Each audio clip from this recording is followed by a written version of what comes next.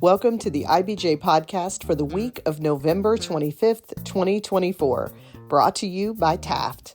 I'm Leslie Weidenbender. Mason King is on vacation. Indianapolis-based concert company MOKB Presents recently announced plans to open a 1,200-capacity venue in early 2026 at the former site of Well Done Marketing in Fountain Square's Murphy Arts Building. Plans for a new indoor venue mean outdoor shows at the Hi-Fi Annex, the parking lot outside the Murphy Building, will end next fall. Hi-Fi Annex debuted in June 2020 as a temporary place for MOKB Presents to stage shows while the pandemic limited the company's indoor options, but the popular concerts continued long after. The new venue will be MOKB's third concert space in the Murphy Building, and each will accommodate different size crowds. IBJ Arts and Entertainment reporter Dave Lindquist talked with MOKB Presents partners Josh Baker and Dan Kemer about why musicians and their management care about venues of different sizes, and why shows open to all ages can help a music community grow. Here's their conversation. I'm Indianapolis Business Journal reporter Dave Lindquist, and I'm happy to welcome to the IBJ Podcast two guests to talk about live music in Indianapolis. We're joined by Josh Baker, partner and CEO of Hi-Fi and MOKB Presents, and Dan Kemer, partner and vice president of events of Hi-Fi and MOKB Presents. Welcome, Josh and Dan. Good morning. Thanks, Dave. Indianapolis-based concert company MOKB Presents unveiled last week significant news about live entertainment in the Fountain Square Cultural Arts District. The operator of two venues inside the Murphy Arts Building, Hi-Fi and Lo-Fi Lounge, plans to add a third in 2026.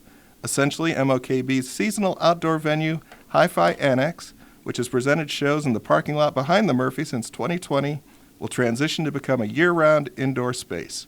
The audience capacity for the three rooms will be 100 for Lo-Fi Lounge, 400 for Hi-Fi, and 1,200 for the successor to Hi-Fi Annex.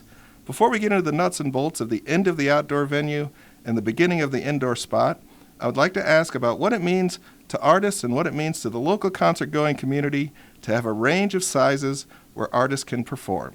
How does this impact the live music ecosystem? And let's start with you, Josh. I think you hit it right. It's an ecosystem. It's a group of different stages of an artist's career. It's, looking at it from our standpoint and from the band and the agent and manager standpoint, it's about artist development. So being able to take an artist from their early stages when not many people know them and build a relationship with them, bring them into one of the smaller rooms, which is when we really shine. That's kind of what we really built our company on, was getting a little bit ahead of kind of the mainstream, I guess, and gravitating towards these artists that we know are going to have long, successful careers and getting with them early in their cycles and being a part of that early team. And so having that 100 to 400 cap range, you're attracting a lot of artists that are in that emerging artist part of their careers. And so after that is when the work really begins, going up into these bigger rooms when there's more at stake and being able to grow them into not only rooms in Indianapolis, but rooms across the state, which Dan can kind of speak to that, in terms of how we're, kind of spreading out across the state to be able to offer those options to the bands. Yeah, I think it's really, we want to be that one-stop shop for whether it's an artist, agent, manager, really trying to go ahead and show them everything that we can do at the local level. Prior to this opportunity with the Annex, and we all talked about how the Annex really kind of grew out of the pandemic and really was a welcomed facility for a lot of artists and managers. This is just kind of the next natural step for us to go and have that opportunity, because once we get out of the Hi-Fi at 400, then we're kind of relying on some other businesses to help us grow the bands. We like to go and hold on to them and really show them, what a local promoter, local company can go ahead and do to help them with their career. And, there's some great examples out there that we could talk a little bit about how Josh had the Avett brothers busking out 10 plus years ago, and they've been super loyal to us and, all the way up to doing Gamebridge this past fall. I was there that day. You were, Dave. They played the afternoon outside of a place in Broad Ripple called the Monkey Tail, basically just a porch. Broke 7 strings, was damn near a punk rock band at that point. That was pretty awesome. And there's also a curation element to this, right? Like, we don't do every show. Like, we still love music. We still do this because we want to. It's a business for us. But, like, we still seek out some of these acts that we know we want to be a part of. And we hope that from the fan standpoint, have come to respect track record, I guess, in terms of what we're doing. And I think that's kind of how we built a lot of our following from the early days with people that pay attention to what we're doing, because there is a level of quality, and we kind of demand, this, premium experience from a sound perspective and all these things, right? So all wrapped up into one, they've come to trust us a little bit, and that's helped us solidify this base of the hi-fi, and then allowed us to continue to grow with these acts over different venues and different size rooms. And when we talk about artists kind of climbing the ladder, Josh, you're wearing a Billy Strings hat right now. Mm-hmm. I think that's an example. If I'm correct, Jelly Roll, who next summer is going to play stadiums, specifically called out your company in some comments recently about the value and reward of building a career by playing dates versus, I'm a TikTok artist and I'm playing a 7,000 capacity venue. Yeah. I mean, what he said was, it was on Joe Rogan podcast, actually, and he said you can, with the internet and, with TikTok and Instagram, it's easy to, like, all of a sudden you have all of these fans and you've never been on the road. And there's a certain element to becoming an artist of learning how to tour and learning how to get in a van and drive to these cities and all the nuances and things that come in, the relationships, right? So if you skip that level, you skip that foundation. And so there are a lot of acts that get to that 800, 900 cap range that have skipped that and then just kind of stall out. And that's not necessarily their fault, or other team's fault, but, like, there is something to be said for that base of a fan that got that experience early on, and then for the artist to have done that, I think they might appreciate it a little bit more. And yeah, it was amazing that he gave us a little nod. He also shouted us out at the Fieldhouse show. Somebody was texting me during the show that he was talking about it again, and I was just like, man, this is amazing, So just a good, that's a relationship that, I mean, we haven't talked to him in years, but he remembers that, and that's pretty cool, And from the fan perspective, I think there's an ownership that goes with that. Like, I saw X artist play this room, and they're going to come back, and I think it just increases the odds that Indianapolis will continue to be on the calendar when these artists go out. Yeah, you really want to. I think one of the things that we've been able to do, and Josh has touched on that, is, we've kind of created this space, a safe space, both for the artists and the fans, that they've really come to trust our curating ability. And, we've got now with the internet and the data, you can see how many times someone comes to our venue, and they may not know who's playing there, but they trust our taste and they trust what we do, and they're open to new experiences. So the other thing, kind of on the Jelly Roll thing, there's a lot of artists out there. They need venues to be able to figure it out. You can't just show up. You got, like Josh said, you got to get out on the road. You got to be in a van that breaks down, and you figure out how to get to that next space. And I think we do a nice job of that with offering a lot of different options for them with our spaces and the other venues we work with around the city and around the state. Dan, you mentioned that MOKB Presents works with, I looked at the website, like 30 or so venues that you don't own. So as you mentioned, there's an advantage to having the keys and control of the schedule at your own places. Yeah. So one of the things we want to go ahead and do is, we don't need to get every show, but we want to get every call. And so when we get a phone call, I'm looking for a 400 cap seated proscenium theater, we don't own that, but we have those relationships that we can go ahead and put that, whether it's the new venue out in Plainfield at Hendricks Live, if they're moving between Cleveland and Detroit, we can go ahead and fill a slot in Fort Wayne at the Clyde Theater that we book. If it's a boutique option that they don't necessarily want to be downtown, but they want more of a family-friendly vibe, we book shows over at the Nickel Plate Amphitheater up in Fishers. The new arena is opening up there. So it's really back to that spirit of the independent promoter. We want to be able to go ahead and service the agents, service the managers, service the artists with whatever their vision is. We hope that with the variety of venues that we work with, and you mentioned the 30-plus venues, we can have that answer for them. And we were a promoter before we were a venue. So this is how we started, or how I started, how Dan started independently, even before he came to Indianapolis. We learned how to do this without a venue, which is really, really hard if you don't have the additional revenue from concessions and things like that. And shoot, back then it was, I was the door guy, the settling with the band, booking the shows, all of that. And so we that's where our foundation of our company originated from. And so having those relationships is a natural thing for us that's not a new thing or something we just did. Like was part of our plan all along. We kind of forced ourselves into needing a venue with the volume. And that's really how the Hi-Fi came about. Nice. Let's take a quick break to hear from our sponsor. This is the IBJ Podcast. Taft, today's modern law firm. With more than 800 attorneys in 8 primary Midwest markets and the District of Columbia, we provide solutions to the business issues facing middle market and emerging companies alike. We do this through a highly collaborative and inclusive team approach. Taft, the modern law firm. To learn more, visit taftlaw.com.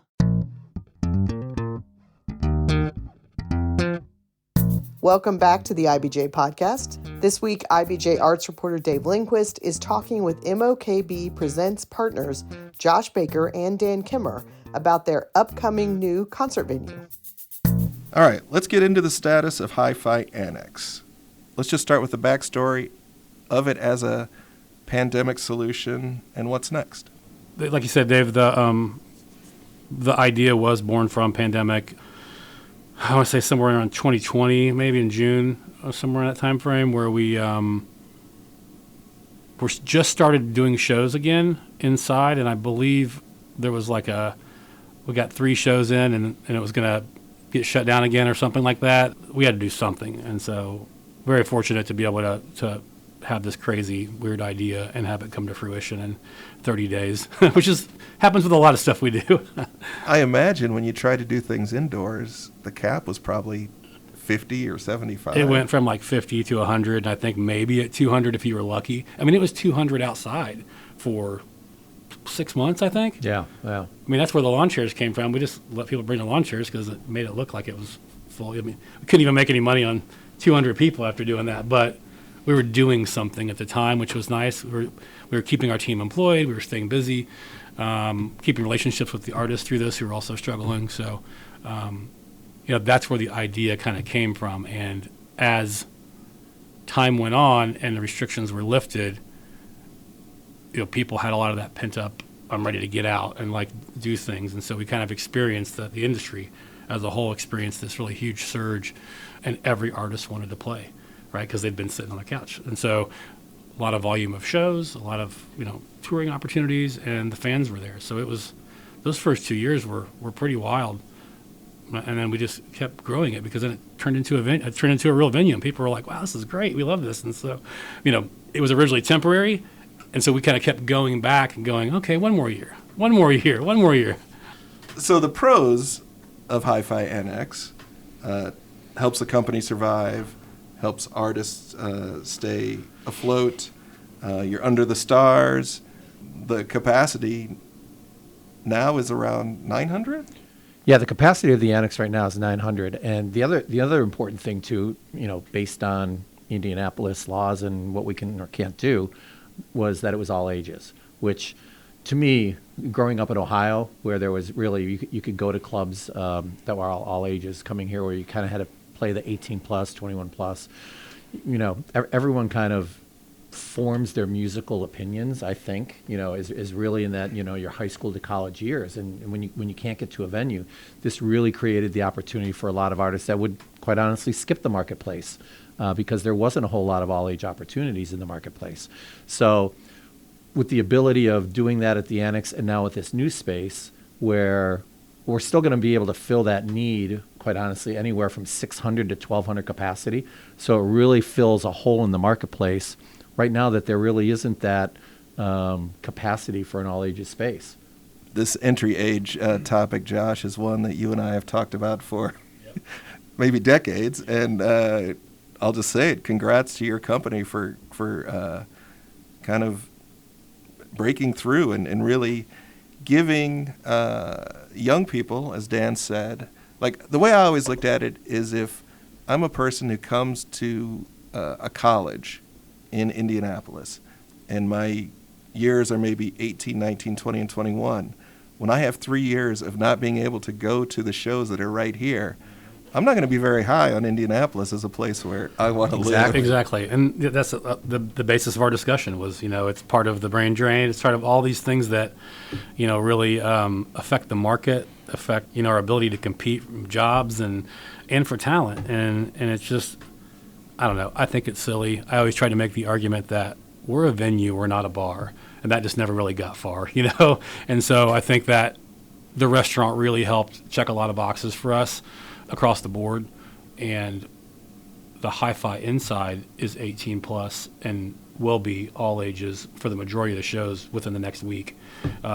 We just haven't really announced it yet, and part of that mentality is a little something for you, Dave. Yeah. Part of that mentality is that we like to really get a lot of practice in before we really do these things to make sure we can do it the way that we want. And hosting 15 and 16-year-old kids when you're used to hosting 21 plus bar and concert goers are two different things. Where can they get a concession at if they can't walk up to the bar? What is their experience like? And so we've been 18 plus for now 8 months. Yeah, good 8 months. Almost maybe a year. Yeah, 8 months to a year. Which was a lot of practice, and we learned a lot, and we proved to ourselves that we can do it. We proved to the folks that kind of control the liquor license and stuff like that we can do this and do it safely. And it's always been our decision to go full on, but I think we still want to be able to have, there's some shows that we'll do maybe it's an EDM show on a Saturday night, and maybe we still want to be able to control that, the age just from a safety standpoint, and we will, but I think by and large it'll all be all ages here in the next week if they aren't already now. Yeah. I did not realize that's which is a huge focus of the music strategy piece when we talked about this a long time ago, which I really think we checked that one box that we really wanted to do this, and I hope that it paves the way for others in that middle. You've got the Hoosier Dome and you've got some of these smaller clubs, but that middle size room before you get to like an Egyptian room or something like that, you really need those good all ages options. So to get into the details of it a little bit, if I'm 21 or older, I come through your front door at the Hi-Fi, and do I get a wristband? Mm-hmm. Mm-hmm. Yeah, everyone's ID checked, IDs are scanned, you get a wristband, and then the bar team is really diligent about, if you don't have it on, they're going to ask you again, and then they do a kind of a second checks and balances of, if they feel like that they need to make another ask for an ID. Our security team is very diligent. They're usually on it before someone has the thought of even trying to pass a drink. So that's, it comes from training. It comes from, having 8 months under our belts and watching these things. End of the day, our job to produce a show that sounds incredible, where everybody feels safe and gets home safely. And that's just, the nature of the whole scope of our show. So we've got to make sure we can do all of it really well. All right. So if I'm a teenager, I'm come to the door. Obviously, I'm not going to get that wristband. Do I need to be accompanied by an adult? Nope. Would you say always just check the show restrictions? Because there's a separation from our bar area, the main service area, so you can't go beyond that. Guardrail. Yeah, guardrail. What's the stanchion? Kind of like a permanent stanchion. Can't go beyond that space, but anyone else with a wristband can, so that they're watching for folks coming into that space. Thank you. Well, that was a nice diversion, but let's get back to what the Hi-Fi Annex has been, and maybe the cons. From my perspective, would be the unpredictability of weather, and maybe stakeholders would like that to return to being a parking lot. I mean, obviously, it's really the weather and the neighborhood. I mean, the neighborhood has been super supportive. All the area businesses, the church that sits right behind us, but we always knew that at some point, we've got a 10 p.m. curfew. We don't want to go ahead and be interrupting folk in the evening. But there was always the intention of getting the parking lot back for the area businesses. And the other thing too is, it's the weather, and now we can go ahead and operate 12 months of the year. As it is right now, we open up in April through October. Once we get to November, our choices went back to, a double inside at the Hi-Fi, or a 21 plus show at the Vogue, or trying to go ahead and stretch it into some of the other venues around town. So this just gives us the ability now, we're not handcuffed. And I'll add a little additional nuggets for you. Being that it was originally temporary, a lot of the pandemic era restrictions that were laws around temporary structures and things that you can do inside and outside were obviously loosened for a lot of industries, including the definition of what a temporary structure is and how long it can stay there.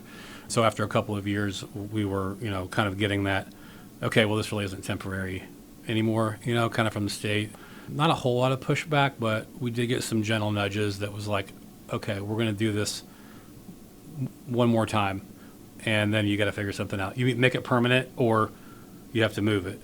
And making it permanent would mean that we're putting outdoor plumbing and, fixed bathrooms and, all these things that would mean there would be no more parking lot. Right. And because we have tenants in the building that utilize that parking lot as part of their lease that have been super nice, and it was almost like, all right, we don't want to wear out our welcome with our tenants, and we want to be supportive of them as they're trying to grow their business. The neighborhood really hasn't complained at all. I mean, honestly, a lot of folks were bummed that are, can hear it from their front porch that like it. So that's kind of, we're very lucky in that sense that we've got a very, kind of a young, hip neighborhood that really likes this and embraces it. So you take those things along with the weather, and that this space came available, and we would have never had another opportunity to literally move this 10 feet and have it inside of our same space as our other venues. So hopefully a little perspective, after reading a lot of the comments and stuff from the announce, not a lot of concerns, just a lot of questions and why. And so I don't think any of us are just sitting around going, let's just move this venue. Well, why not? Right? We built it. We love it. We don't really want to, but this is the best possible scenario, I think, that gives us all the advantages. So, all right. Well done marketing, relocated from its spot in the Murphy, which is west of La Margarita restaurant, and it faces Woodlawn Avenue. When that exit happened, did that get the ball rolling for this new spot? Yeah. I think the conversation started, Craig Von Dalen, who's one of the owners of our building, approached us maybe a month after that happened, I think. And then we've been working on this for a year. Just, is this the right thing to do? Is this the right space? How are we going to do it? Just the economics of it, the logistics of it, and all that. And so I think we maybe leased the space maybe 2 months after that without really knowing what we're going to do. Oh, wow. Just to make sure that because we didn't have any other options, so we had to. And it just worked out. We're so lucky that all this stuff just works out. So I'm excited to see what comes of it. Is a venue name selected for this spot? I think right now we're still figuring that out. I mean, Hi-Fi Annex, it's got a great love. Fans know the space. It's a placeholder. I mean, you saw the history of what the building was and the theaters that were in there. So we're just kind of sorting through that right now. I wouldn't say we're 100% sold on anything right now, and we've got time to figure it out. The important part was the messaging that this is moving from the parking lot inside. So if we would have come out and called it the Granat, is the Annex still going to exist? So this is really kind of highlighting that, yes, we are picking it up, moving it 10 feet. And then over the next year, we'll figure it out. Yeah, we probably should have done a better job of saying the location, because I think that was a big confusion of where's it going? Looking back on it, I'm I probably should have put the address in there, but it literally is going 10 feet. If I'm correct, you're building this venue from scratch.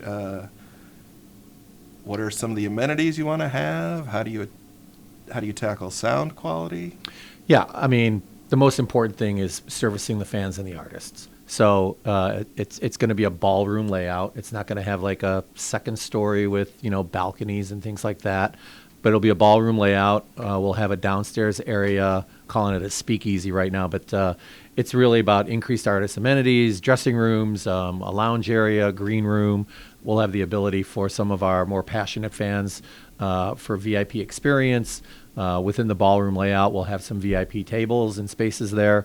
what's important to me is the ability to set the room in a way that the artist wants, whether it's, we can flex it from 600 to 1200.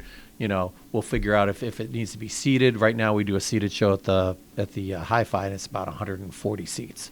So this will give us more opportunities for other shows, whether it's comedy or whether it's podcasts.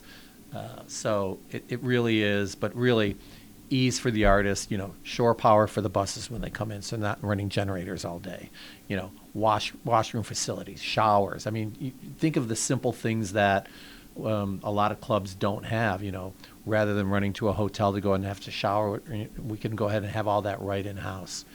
And then for the fans, it's really about, all ages, the amenities, the VIP opportunities, keeping our service fees low, keeping our ticket prices kind of where they're at, ease in and out of the egress, and parking too. We'll have increased parking. So, but it's really kind of focused on what are the artist needs, what are our fan needs. And, Josh and I talk to agents every day, talking to them about other facilities. What do you like about them? What don't you like about them?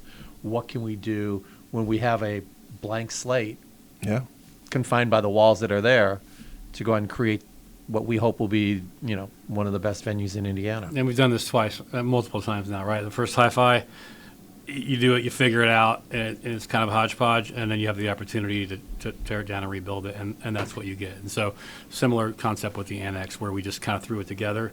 So now we're going to be able to take all of those things and put them into a finished space. And like Dan mentioned, I sit on a bunch of committees with NEVA and am on calls with 40, 50 plus venues every week, and every one of them is, giving us feedback, and we're taking the best of each place, and what can we do to make this room special, make it a little bit different, but also just a great sounding room, which is number one priority. So NEVA is the National Independent Venues Association. Yep.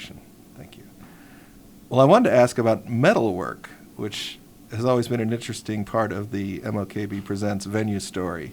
When you expanded Hi-Fi from a 200 capacity room to a 400 capacity room, I remember you commissioned a large beam, and the origin of Hi-Fi Annex was a customized shipping container as the stage. What might be in store for the new spot? I don't know. That's funny you make that comparison.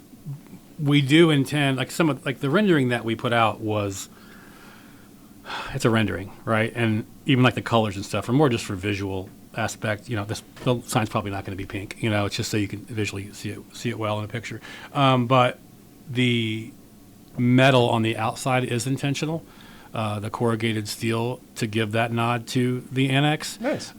If it does keep that name, is nice. And we're under the historic district, so there's so many different things to try and comply with in terms of, you can't have LED signs. You have to have so much transparency, which is why there's so many windows on the outside. It has to meet certain requirements. The color has to match the building, and it's not like we can just go out and create whatever we want. We have to kind of fall within that. And there's things that we can do, and we will do. That's just enough so we can show IHPC what we're doing, get their approval, and kind of move forward on things. So, yeah, the Murphy Arts Building is many years old. It is over 100, I believe. As is noted in the announcement, this footprint is a successor to a place called the Granada Theater. Mm-hmm. What do you know about that? Well, there was, I believe at one point in time, I want to say 5, Fountain Square Theater. There were 5 theaters over 1,000 capacity. These are movie palaces. Yeah, and that was maybe in the 20s. I say 100 years ago, but I think it was around between 20s and 30s. Which is 100 years ago. Yeah, I guess it is, yeah. Gosh, math. There was the Star Theater, which burnt down. The Granada, Fountain Square Theater is the only one that still remains. And I'm thinking there's 2 more. I did all this research at one point in time, but and so the Granada went away. A lot of that was driven by the interstate. That this was, kind of a flourishing area, and then the disconnect really, people didn't want to come across the bridge or couldn't get across the bridge at that time. But I think there was a bridge.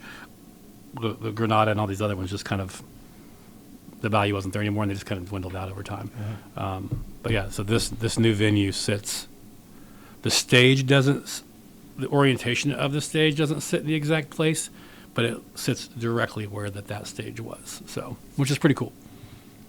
So yes, Fountain Square is a rejuvenated neighborhood built on arts and entertainment. What are your thoughts on being part of that story so far, and what it's like to be a caretaker of that movement going forward? The artists were there first and did a fantastic job of laying a foundation. And we battle this with, is this gentrification? Is this, whatever, right? But it's just, I think with our neighborhood, artists did their thing first, and it was incredible. And they're still there. Maybe not in such big numbers as they were, but, the Murphy Arts Center is still home to the First Friday activities, so tons of artist studios, artist suites. I give a lot of credit to Tufty for Radio and what he did, which is what attracted me there in the first place from Broad Ripple, and putting in that time and effort. And, we were a promoter in his room for a long time before we even had the hi-fi. And so I think a lot of it from a neighborhood standpoint is having the right people in the neighborhood. We want Square Cat to be successful. We want Radio to be successful, because all of these people doing cool things ultimately raise up the neighborhood. And I think that's why we win. There's probably a bunch of other reasons, but like as a group and as a neighborhood, why it just has this really natural, just kind of, it ebbs and flows between arts and entertainment and music. And then there's some arts, and then it's like, so it just kind of goes up and down. We like that synergy between both of those, and I think it's going to keep growing. And if I'm correct, the new venue will not displace any existing businesses or art studios in the building? That's not our plan at all. Put a lot of effort into blueprints and things. It's probably too early to tell officially if a wall may have to be adjusted, or we have to move a column or something, or what that may mean. But we've sat down with Craig and a lot of the folks in the building and really tried to avoid that. We have multiple blueprints still of what the final configuration may look like, but I think once we get to that stage, we'll let everybody know kind of what's, get this out, get the initial idea out, make sure we have everybody in the loop. It also helps us to be able to talk about it openly, start looping in partners and construction companies and things like that. So as this evolves, we'll make sure we keep everybody posted. Also, a really good point to make that I hadn't thought of until a few minutes ago was a reasoning of, Hi-Fi Annex going year-round is that we have to build this every year, and it takes a full team of professionals to run this, and trying to figure out how we're going to keep a full team in place for 6 months when there's no shows is really hard. Yeah. It's a big commitment to go, okay, well, you have a job for 6 months, but you don't for 6 months, and then retain the kind of talent that you need to run a venue like that. So this really, it helps our daily operations in a way that allows us to kind of be a little bit more efficient with our team. I have a couple bio questions. Josh, where did you grow up? I grew up on the southeast side of Indianapolis, went to Triton Central High School, which was almost Shelbyville, and pretty much spent most of my life there, and went to Ball State, did some time at IUPUI, and I've been a South Sider-ish for most of my life. You've been involved with so many aspects of the music industry in the city. As a young person, what or who helped you kind of let you see that this was a viable career? I give a lot of credit to Jeff Mellentine at World Media Group. This is me personally. I spent a lot of time in manufacturing early on, CDs, cassettes, and things, and it was actually my friend's dad who got me the job, and he just kind of turned into being a mentor over time, and kind of really pushed me early on, and I'm not going to quote him right now, but he aggressively pushed me, and it was really helpful. And then Dan Metro at Surf Records, spent a lot of time interning, driving to Avon every day for free for 2 years to do things out there with them, which is, met great people like the Mud Kids and Otis Gibbs and things like that. So, I mean, those years were the years where I really got a lot of advice and things from folks, and then I went into my phase of where I just tried a bunch of stuff that failed, which was still fun, but it all failed. And then that was like all the fails are what used to fuel me into what we're doing now. So, Dan, you came to Indiana from Ohio, correct? Yes. Could I ask for a brief walkthrough of your career? Sure. I started in the early 90s with a company in Cleveland called Belkin Productions. Similar to Sunshine Promotions with Dave and Steve here. Mike and Jules Belkin were the powerhouse Midwest guys. And I started as a marketer, doing all the marketing for Ohio shows. Eventually, we worked with Sunshine in building Polaris in Columbus. Wow. So as part of that process, and really just was cutting my teeth as a marketer for the Midwest, and really give credit to Jules and Mike, and also Michael Belkin and Barry Gable, who were really, Barry was my marketing guy, Michael was the primary buyer, and I really got into the buying side when we took over the Odeon, which is a concert club on the East Bank of the Flats. So really cut my teeth learning the ropes on both the marketing and the talent buying side, and then through the transgressions of the SFX roll-up and Clear Channel Entertainment and eventually Live Nation, moved here in 2007 to take over. At the time, I believe the Lawn was in its maybe first or second year, and we had an outdoor facility. There was a time when boutiques were not that relevant across the country. We had Nautica Stage and Tower City Amphitheater that I kind of cut my teeth on, and when they asked me to move to Indianapolis to oversee the marketplace here for the talent buying, really took over Old National Center and the Lawn at White River State Park. So, and then when I got here, kind of met Josh and what they were doing, and I had cut my teeth in the club world. And at the time, the smallest room that we had was 2,000 cap Egyptian room. So really on the artist development side, and got to know Josh and his team, and just kind of evolved from there. I once attended a Farm Aid at Polaris. It's a great venue.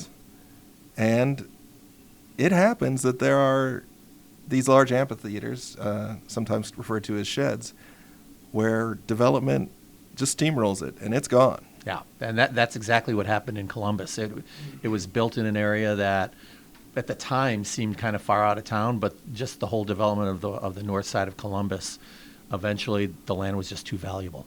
Okay. So in the late 90s, as you mentioned, there was Sunshine in Indianapolis, and there were these mom and pop promoters all over the country, and a guy named Sillerman rolled them all up. Yeah. He called his company SFX, which gave way to Clear Channel, which eventually became Live Nation. Yeah, and then it was Clear Channel Entertainment, and then they spun it off, so it was Spinco for 30 seconds. What? And then became Live Nation. I've never heard Spinco. Yeah, Spinco for 30 seconds there. But yeah, all the different promoters, Cellar Door up in Michigan, Delzer Slater over in New York. Rolled them all up. Bill Graham, Danny Zalesko, Evening Star, Pace was a big one out of Texas. Yeah.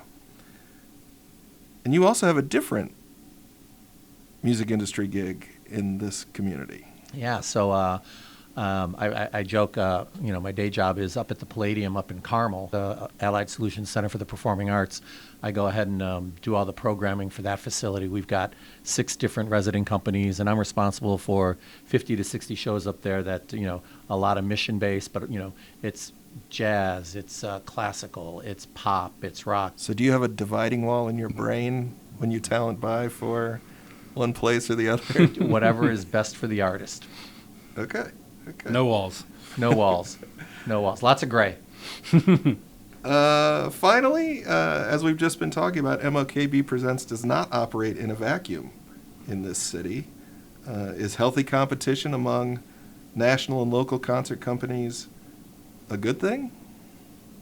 Yeah, I think so. I think competition always affects the quality, and it's good for the fans. At some point, I think that there's there's some interesting things going on in this market. At one point in time, it was really symbiotic, where we kind of filled our niche in terms of this level, and then it kind of went up to this level, and then when it kind of got to a larger scale, there was like mutual participation. We were all kind of, it was really I credit a lot of that to Dan. Dan had the market working in a way that was really good for the promoters, and it was really good for the fans, and wasn't a whole lot of confusion. Now it's way more aggressive than it used to be, which is fine. I mean, I think we all like a good fight, but it's to the point now where it's starting to, become a little bit detrimental. I'll let maybe Dan wants to comment on that too, but that's my very nice answer. Yeah, it's one of the reasons that we're doing the larger room is, we don't have the buying power that national companies like AEG or Live Nation have. So, does it hurt when an artist that you've been working with for 6 years all of a sudden gets a 30 show offer through a bunch of AEG arenas or Live Nation sheds? I get it. I get the economics of it, but there was a time where we could participate, and that's getting fewer and far between. So really relying on the relationships with the artists and managers. And there's guys out there that, will come back to us.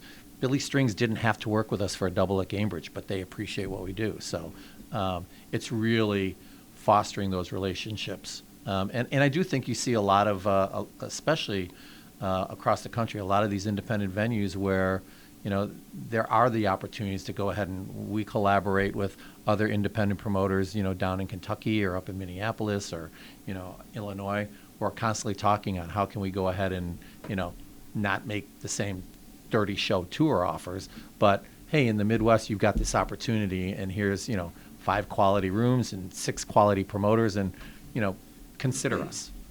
We hang our hats on being good producers. We've done this for many, many years, and all the tenure that Dan has under his belt, being an independent and then being at Live Nation and overseeing the building of 30, 40 rooms or clubs at one point in time.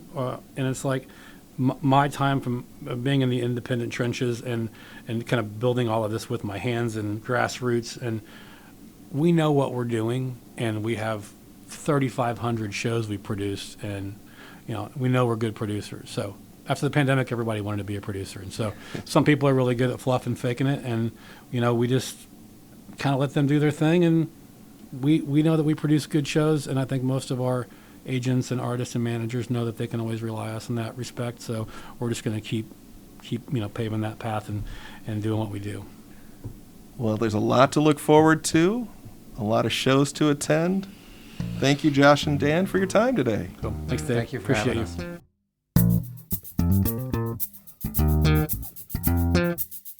Thanks to Dave, Josh, and Dan for this week's conversation. Happy Thanksgiving to everyone, and as you start to do your holiday shopping, we'd love for you to check out IBJ's Executive Gift Guide, which is full of ideas at all price levels and for all kinds of people. You can find it at ibj.com/executive gift guide. And as always, you can go to ibj.com for all the latest news. Join us again next week when Mason King will be back to host.